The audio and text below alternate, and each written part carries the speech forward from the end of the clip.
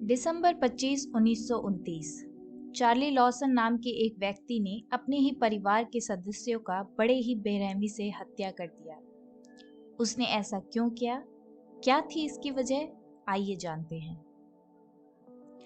Hello दोस्तों, tea house crime में आपका स्वागत है। इससे पहले कि हम इस केस के बारे में आगे बढ़ें, आपको बताते चले कि हम इस चैनल में इंटरनेशनल और नेशनल क्राइम से रिलेटेड सॉल्व्ड, अनसॉल्व्ड, मिस्ट्री और स्ट्रेंज केसेस के बारे में जानते हैं। तो अगर आपका इंटरेस्ट इस किन्हीं में से है तो चैनल को सब्सक्राइब करना ना भूलें।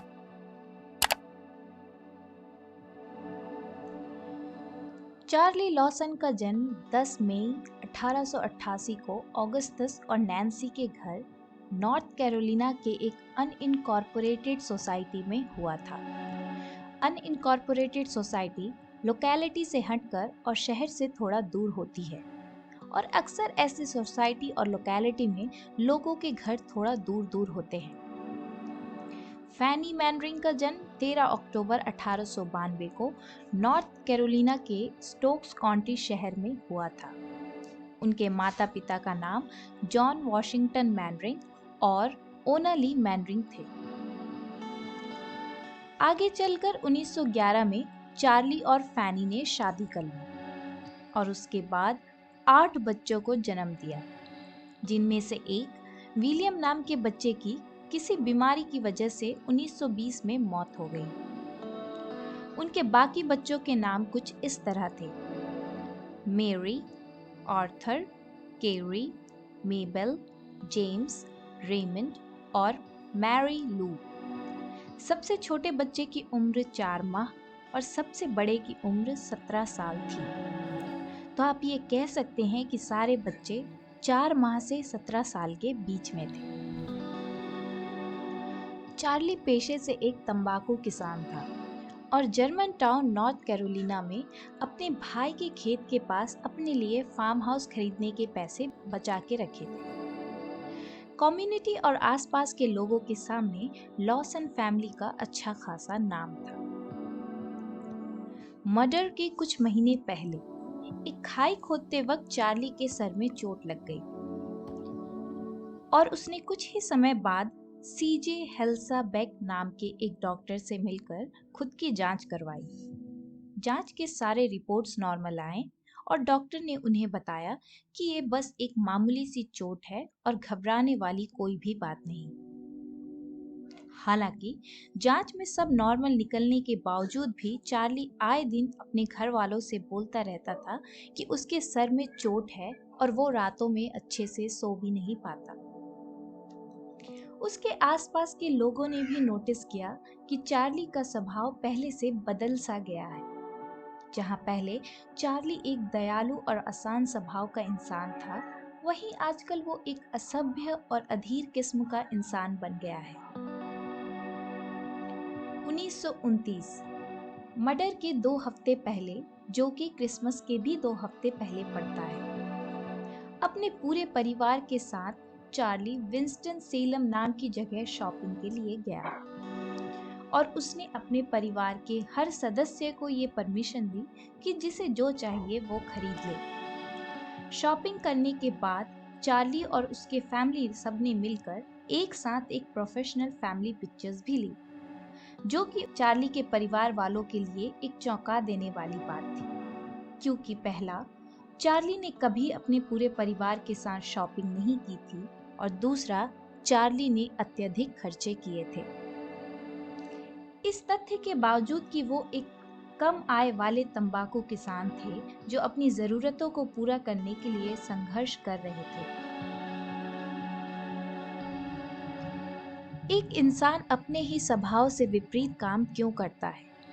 जहां तक चार्ली की केस की बात थी, चार्ली का उसके स्वभाव से विपरीत काम करना और हद से ज्यादा खर्चे करना ये बता रहा था कि उसके दिमाग में अपने परिवार के लिए कुछ तो है जो सही नहीं चल रहा है। मर्डर वाले दिन की सुबह लॉसन फैमिली के लिए एक नॉर्मल दिन की तरह ही शुरू हुई। चार्ली की सबसे बड़ी बेटी मैरी उस दिन पहले उठ गई थी। क्योंकि उस दिन क्रिसमस का भी दिन था और वो अपने पूरे परिवार के लिए एक सरप्राइज केक बेक करना चाह रही थी। आर्थर, जो कि 16 साल का था, वो खरगोश के शिकार के लिए पीछे जंगल में निकल गया। खरगोश का शिकार करना उस वक्त क्रिसमस एक्टिविटी हुआ करती थी। पर कुछ ही समय बाद वो वापस लौट आया क्योंकि उसकी बुलेट्स खत्म हो गई थी। और फिर चार्ली ने आर्थर को पैसे दिए जिससे वो शहर जाकर अपने लिए बुलेट्स खरीद ली।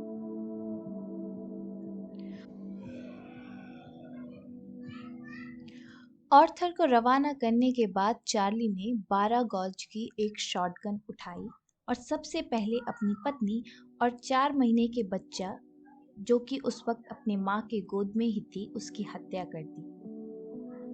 उसके बाद उसने एक एक करके अपने बाकी 5 बच्चों को मार डाला और मारने के बाद जंगल की ओर भाग निकले। घटना के कुछ देर बाद ही रिलेटिव्स आए, ये सोचकर कि लॉसन फैमिली को क्रिसमस की बधाई दी जाए, पर सामने पड़ा हुआ भयानक मंजर ने उनके होश उड़ा दिए।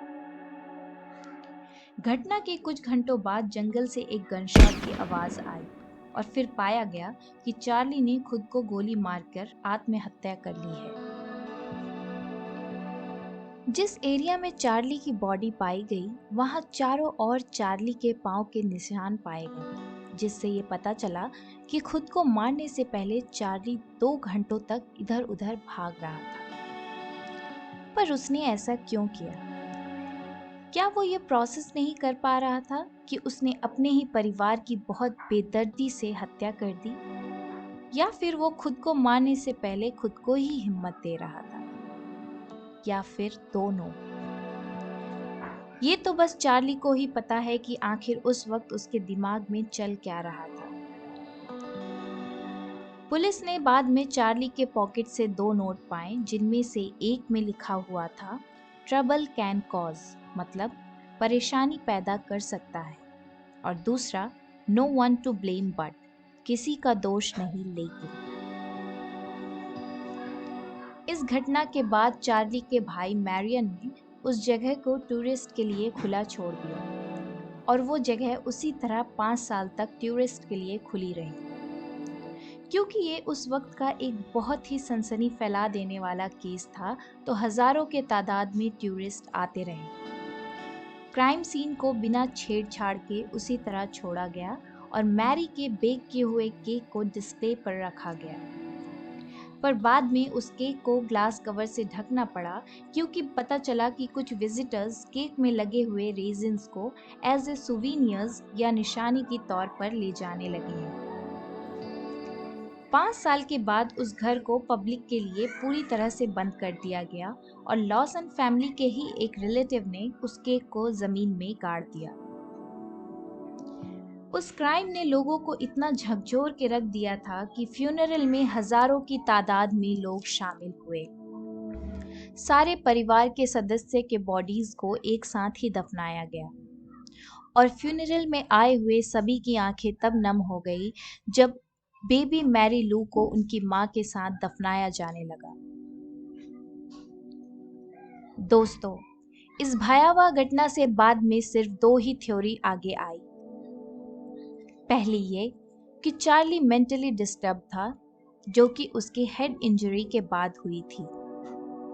पर अगर वो मेंटली बीमार था तो उसकी ऑटोप्सी रिपोर्ट कैसे नॉर्मल आई, जिसमें ये साफ साफ पाया गया था कि उसे कोई भी एबनॉर्मलिटीज नहीं थी। पर हो सकता है कि ऑटोप्सीज उतनी उस वक्त थॉरो नहीं थी जितनी कि आज है। सो एक पॉसिबिलिटी ये भी है कि कुछ था जो मेडिकल एग्जामिनेशन में छूट गया था।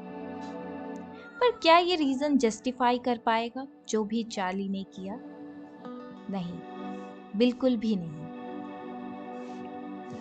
और जब दूसरी थ्योरी बाहर निकल कर आई तो उस थ्योरी ने लोगों के रोंगटे खड़े कर दिए।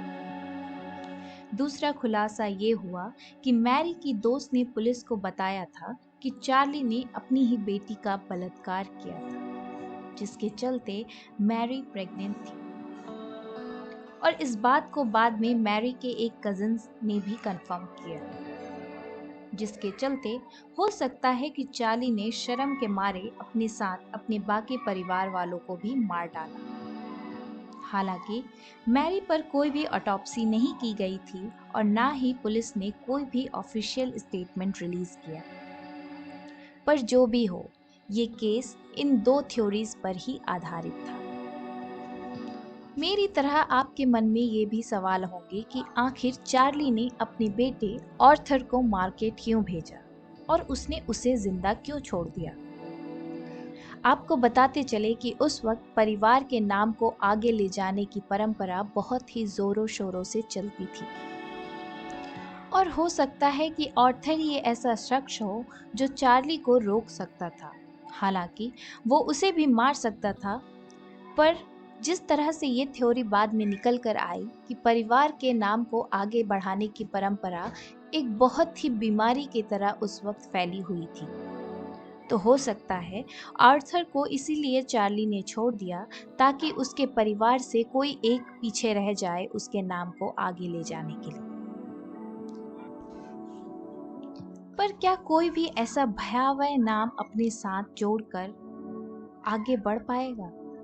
क्या वो इंसान जो पीछे रह गया है उसे ये बात नहीं सताएगी कि उसके पीछे उसके पूरे परिवार की हत्या कर दी गई और हत्यारा कोई और नहीं बल्कि उसका अपना पिता था। बाद में पता चला कि आर्थर की भी मौत 32 साल की उम्र में एक कार एक्सीडेंट में हो गई और वो अपने पीछे अपनी एक वाइफ और 4 बच्चों को छोड़ गया। तो इसी के साथ हम इस केस के आखिरी पहलू तक आ पहुंचे हैं। मिलते हैं आपसे नेक्स्ट केस में।